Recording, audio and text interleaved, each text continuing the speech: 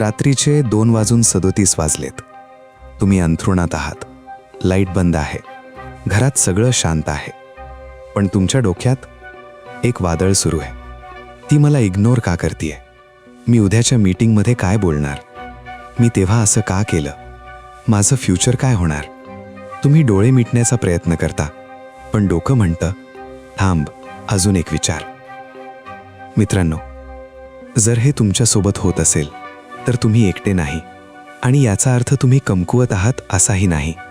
पण जर हे थांबवलं नाही तर हेच तुमचं सर्वात मोठं अपयश ठरेल. कोणत्याही परीक्षेशिवाय, कोणत्याही शत्रूशिवाय. आज आपण हे तोडणार आहोत पूर्णपणे. एक कठोर सत्य सांगतो, तुम्ही जास्त विचार करता म्हणून तुम्ही हुशार नाही. तुम्ही जास्त विचार करता कारण तुमचा मेंदू तुम्हाला घाबरवतो. ओव्हर थिंकिंग म्हणजे डीप थिंकिंग नाही. ओव्हर थिंकिंग म्हणजे भूतकाळात अडकणं आणि भविष्याचा हॉरर ट्रेलर तयार करणं. दोन्हीमध्ये एकच समस्या आहे, तुम्ही वर्तमानात नाही. तुम्ही आधीच गेलेल्या क्षणात आहात किंवा अजून न आलेल्या भविष्यात. आणि यामुळे आत्ता जे आहे ते तुम्ही गमावत आहात. ओव्हर थिंकिंगची सर्वात मोठी फसवणूक कोणती? ते तुम्हाला वाटू देतं, मी तयारी करतोय, मी सगळ्या शक्यता पाहतोय, मी स्मार्ट आहे.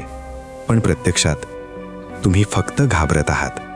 ॲक्शन घेत नाही, क्लॅरिटी मिळत नाही, फक्त थकत आहात. हे नेटफ्लिक्स सिरीजसारखं आहे. तोच एपिसोड, तोच सीन, तोच डायलॉग, एंडिंग कधीच येत नाही. तुमचा मेंदू तुम्हाला त्रास द्यायला तयार नाही. तो तुम्हाला वाचवायचा प्रयत्न करतो. 10,000 वर्षापूर्वी जंगलात मानव जगण्यासाठी सतत धोका आहे का ते शोधायचा. तिकडे वाघ आहे का? हे खाणं विषारी आहे का? तो माणूस शत्रू आहे का? हीच सर्व्हायव्हल इन्स्टिंक्ट आज तुमच्या ऑफिसच्या ईमेलवर, तुमच्या व्हॉट्सॲप मेसेजवर, तुमच्या फ्युचर प्लॅन्सवर वापरली जाते. आज वाघ नाही, पण मेंदू अजूनही अलार्म वाजवतो. धोका, धोका, धोका. फरक एकच, आता धोका इमॅजिनरी आहे. फोर्ब्सच्या रिपोर्टनुसार 25 ते 35 वयोगटातील 73% लोक रोज ओव्हर थिंकिंग करतात. 35 वर्षांपेक्षा जास्त वयाच्या लोकांमध्ये हा आकडा आणखी जास्त. आणि हे फक्त मेंटल नाही. ओव्हर थिंकिंगमुळे झोप जाते, पचन बिघडतं, इम्युन सिस्टम कमकुवत होतं, निर्णय क्षमता कमी होते, आणि सर्वात मोठं, तुम्ही थांबता, पुढे जात नाही. ओव्हर थिंकिंग 2 प्रकारांनी येतो. पहिला, रुमिनेशन, भूतकाळाचा विचार करत बसणं. मी असं का केलं? तेव्हा वेगळं केलं असतं तर? मी किती मूर्ख आहे. दुसरा, वरिंग, भविष्याची भीती. जर फेल झालो तर? लोक काय म्हणतील? सगळं उद्ध्वस्त झालं तर? दोन्हींमध्ये एकच सत्य, तुमच्या हातात नसलेल्या गोष्टींवर तुम्ही एनर्जी खर्च करता. ओव्हर थिंकिंग थांबवण्याचा पहिला स्टेप विचार थांबवणं नाही, तो आहे विचारांना नाव देणं. जेव्हा थॉट्स येतात तेव्हा म्हणा, आता मी ओव्हर थिंक करतोय, बस. हे लहान वाटतं, पण हे पॉवरफुल आहे. जेव्हा तुम्ही नाव देता तेव्हा तुम्ही त्यापासून थोडं वेगळं होता. ऑब्झर्वर बनता, विक्टिम नाही. अवेअरनेस म्हणजे 50% विक्ट्री. ओव्हर थिंकिंग म्हणजे वीकनेस नाही, ती एक पॅटर्न आहे, आणि कोणताही पॅटर्न बदलता येतो. एक प्रश्न विचारतो, तुम्ही कधी असा विचार केला आहे का, माझ्याच डोक्यात इतके विचार काय येतात? दुसरे लोक इतके शांत कसे असतात? माझं काहीतरी चुकतंय का? जर हो, तर आज त्या प्रश्नाचं उत्तर मिळणार आहे, आणि ते उत्तर ऐकून तुम्हाला स्वतःबद्दल बरं वाटेल. ओव्हर थिंकिंग अचानक सुरू होत नाही. त्यामागे 3 कारणं असतात. पहिलं, जेनेटिक्स. दुसरं, एन्व्हायरमेंट.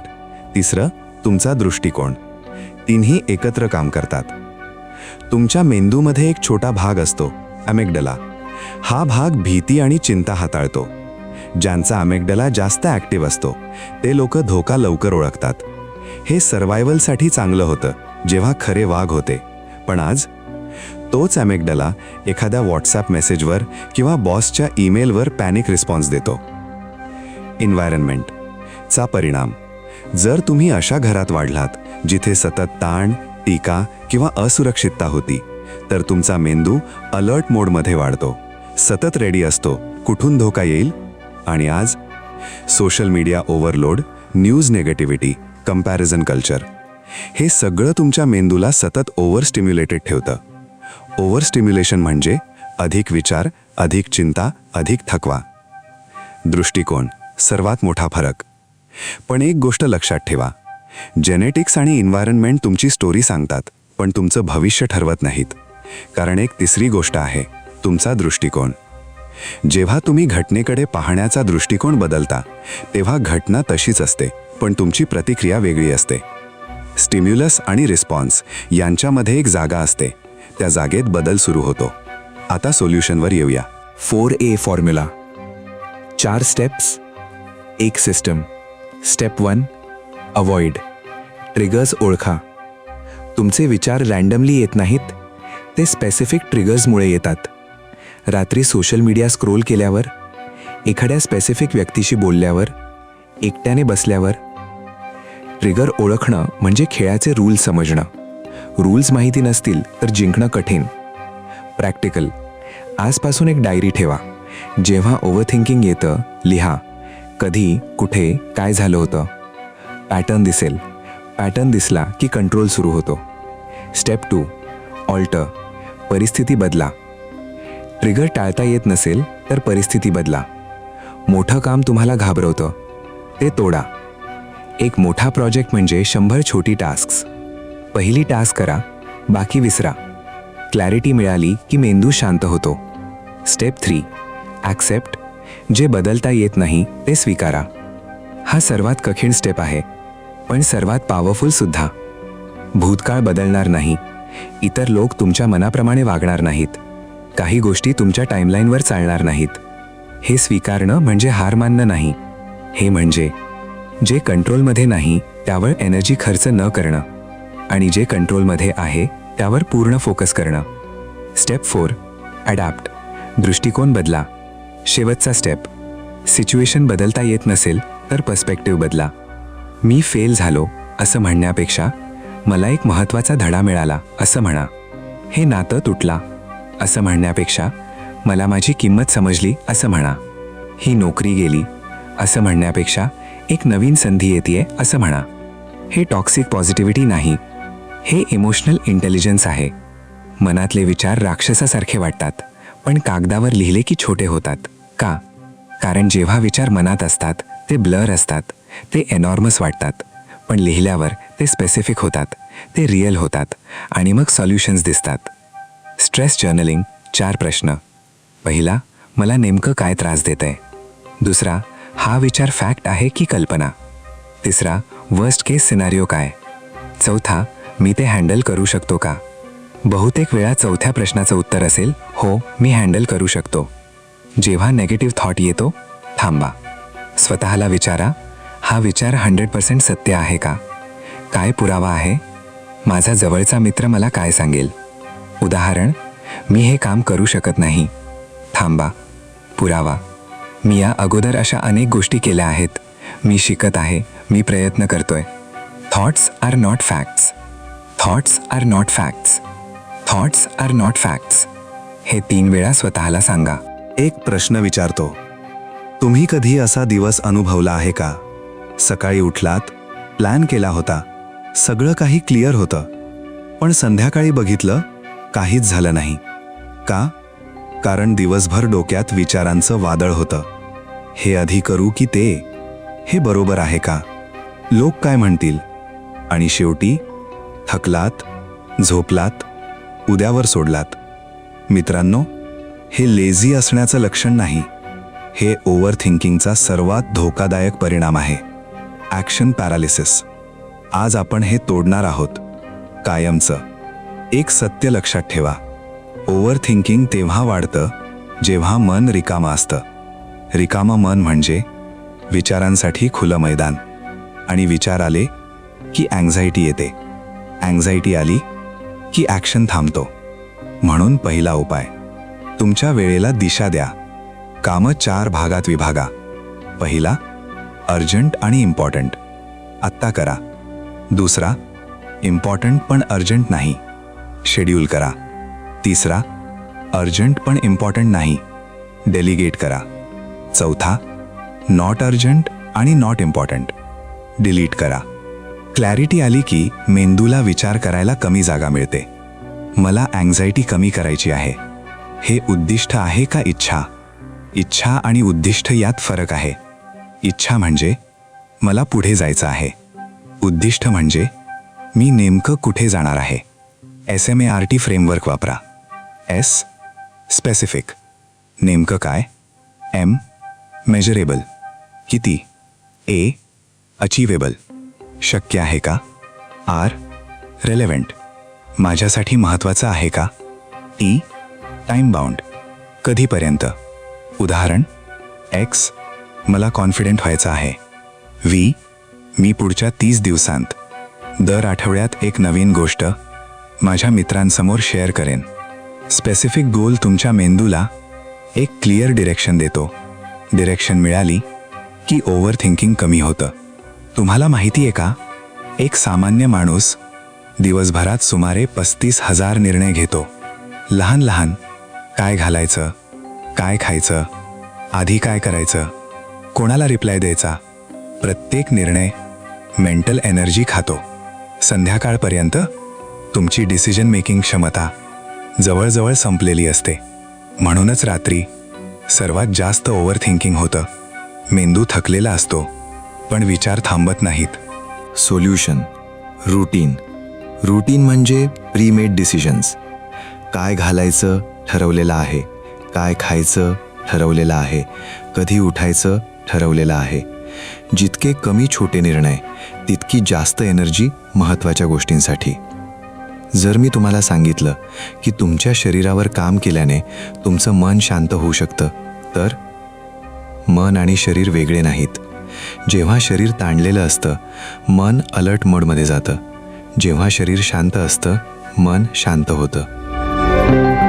व्हिज्युअलायझेशन. डोळे बंद करा. एक शांत जागा कल्पना करा. समुद्रकिनारा, डोंगरावरची हिरवळ, तुमची आवडती जागा. तिथल्या 5 गोष्टी इमॅजिन करा. काय दिसतंय, काय ऐकू येतंय, काय वास येतोय, कसा स्पर्श वाटतोय, कसं फील होतंय. मेंदूला कळत नाही हे रिअल आहे की इमॅजिनरी. तो फक्त सिग्नल घेतो, सगळं सुरक्षित आहे, आणि अँझायटी कमी होते. Progressive muscle relaxation, PMR. हे टेक्निक खूप पॉवरफुल आहे. करा असं. पायांच्या स्नायूंना 5 सेकंद ताण द्या, मग सोडा. हळूहळू वर जा. पोट, छाती, खांदे, चेहरा. प्रत्येक वेळी ताण द्या आणि सोडा. शरीरातला टेन्शन बाहेर पडतो आणि मेंदूला सिग्नल मिळतो, आता सुरक्षित आहोत. 5 4 3 2 1 ग्राउंडिंग. पॅनिक तोडण्याचं शस्त्र. पॅनिक आला की तुम्ही भविष्यात असता. ग्राउंडिंग तुम्हाला वर्तमानात आणतं. हे करा. 5 गोष्टी बघा, नाव सांगा. 4 गोष्टींना स्पर्श करा, कसं वाटतं. 3 आवाज ऐका. 2 वास घ्या. 1 चव अनुभवा. हे तुमच्या मेंदूला सांगतं, आत्ता इथे आहोत, धोका नाही, सगळं ठीक आहे. फ्युचर हॉरर मूव्ही थांबते. मित्रांनो, आतापर्यंत आपण खूप काही शिकलो. ट्रिगर्स ओळखणं, 4A formula, journaling, grounding, visualisation. पण आता एक सर्वात महत्त्वाचा प्रश्न. हे सगळं माहिती असूनही तुम्ही का बदलत नाही? उत्तर एकच आहे, तुम्ही विचारांशी लढत आहात. आणि हीच सर्वात मोठी चूक आहे. सर्वात मोठी चूक. लोक म्हणतात, मला हे विचार नको आहेत, हे बंद का होत नाहीयेत, मी कमकुवत आहे का? पण सत्य हे आहे, विचारांशी लढणं म्हणजे पाण्यात बुडताना पाण्याशी भांडणं. ते काम करत नाही. विचार लाटेसारखे असतात. समुद्राच्या लाटा कधी थांबत नाहीत. पण एक गोष्ट लक्षात ठेवा, जो माणूस लाटेशी लढतो तो बुडतो. जो माणूस लाटेवर स्वार होतो तो पुढे जातो. विचार येणारच. प्रश्न आहे, तुम्ही त्यांना किती पावर देता? एक खोल सत्य सांगतो, तुमचे विचार तुम्ही नाही. पुन्हा सांगतो, तुमचे विचार तुम्ही नाही. तुम्ही विचार ऑब्झर्व करणारे आहात. विचार म्हणजे तुम्ही नाही. जसा आकाश आणि ढग वेगळे असतात. आकाश कायम असतं, ढग येतात आणि जातात. तुम्ही आकाश आहात, विचार ढग आहेत. ढग आले तरी आकाश बदलत नाही. हा एक शिफ्ट तुमचं सगळं बदलू शकतो. Thought detachment technique. जेव्हा ओव्हरवेल्मिंग विचार येतो, थांबा, श्वास घ्या आणि म्हणा, हा एक विचार आहे, तो माझी रियालिटी नाही. तो येईल आणि जाईल. हे करताना विचारांशी लढू नका. त्याला येऊ द्या, त्याला जाऊ द्या. जसं रस्त्यावरून गाड्या जातात, तुम्ही फक्त बघता, त्या तुमच्या घरात येत नाहीत. तुम्हाला माहिती आहे का, ओव्हर थिंकिंग कशामुळे सर्वात जास्त कमी होतं? मेडिटेशन नाही, जर्नलिंग नाही, ब्रीदिंग नाही, ॲक्शन. जेव्हा तुम्ही काहीतरी करता, मेंदू त्यात गुंततो, विचारांसाठी जागा कमी होते. म्हणून जेव्हा ओव्हर थिंकिंग येतं, काहीतरी करा. एक ग्लास पाणी प्या, बाहेर फेरफटका मारा, एक पेज लिहा, एक फोन कॉल करा. ॲक्शन म्हणजे ओव्हर थिंकिंगला थेट चॅलेंज. रेस्ट, आराम म्हणजे कमजोरी नाही. आपण आरामाला आळस समजतो, पण आराम म्हणजे मेंदूचा रिचार्ज आहे. थकलेला मेंदू जास्त ओव्हरथिंक करतो. म्हणून झोप पुरेशी घ्या, ब्रेक घ्या, नेचरमध्ये वेळ घालवा, डिजिटल डिटॉक्स करा. तुम्ही जितके फ्रेश असाल तितके कमी ओव्हरथिंक कराल. रिकव्हरीशिवाय प्रोडक्टिव्हिटी टिकत नाही. तुमचा पर्सनल ॲक्शन प्लॅन. आता मी तुम्हाला एक सिम्पल 7 डे प्लॅन देतो. डे 1-2 ट्रिगर डायरी सुरू करा. कधी ओव्हर थिंकिंग येतं ते लिहा. डे 3-4 रोज सकाळी 5 मिनिटं जर्नलिंग करा. 3 प्रश्न. मला काय त्रास देत आहे? हे फॅक्ट आहे की कल्पना? मी आज एक छोटी कृती काय करणार? डे 5-4-3-2-1 ग्राउंडिंग टेक्निक एकदा तरी वापरा. डे 6 स्मार्ट गोल लिहा, एक छोटा पण स्पेसिफिक. डे 7 PMR टेक्निक झोपण्यापूर्वी करा. 7 दिवस हे केलं तर फरक जाणवेल. आता एक शेवटचा प्रश्न. जेव्हाही विचार येतो, स्वतःला विचारा, हा विचार माझ्या कामाचा आहे का? जर हो, त्यावर ॲक्शन घ्या. जर नाही, श्वास घ्या, सोडा, पुढे जा. बस इतकंच. मित्रांनो, आयुष्य खूप लहान आहे विचारांच्या जाळ्यात जगण्यासाठी. तुमच्याकडे स्वप्न आहेत, तुमच्याकडे क्षमता आहे, तुमच्याकडे वेळ आहे. पण जर तो सगळा वेळ इमॅजिनरी भीतींमध्ये गेला तर काय उरेल? आज एक निर्णय घ्या, फक्त एक. मी माझ्या विचारांचा मास्टर बनणार आहे, त्यांचा गुलाम नाही. लक्षात ठेवा, विचार भावना बनवतात, भावना दृष्टिकोन बनवतात, दृष्टिकोन तुमचं आयुष्य बनवतो. जर विचार बदलले, भावना बदलतात, दृष्टिकोन बदलतो, आयुष्य बदलतं.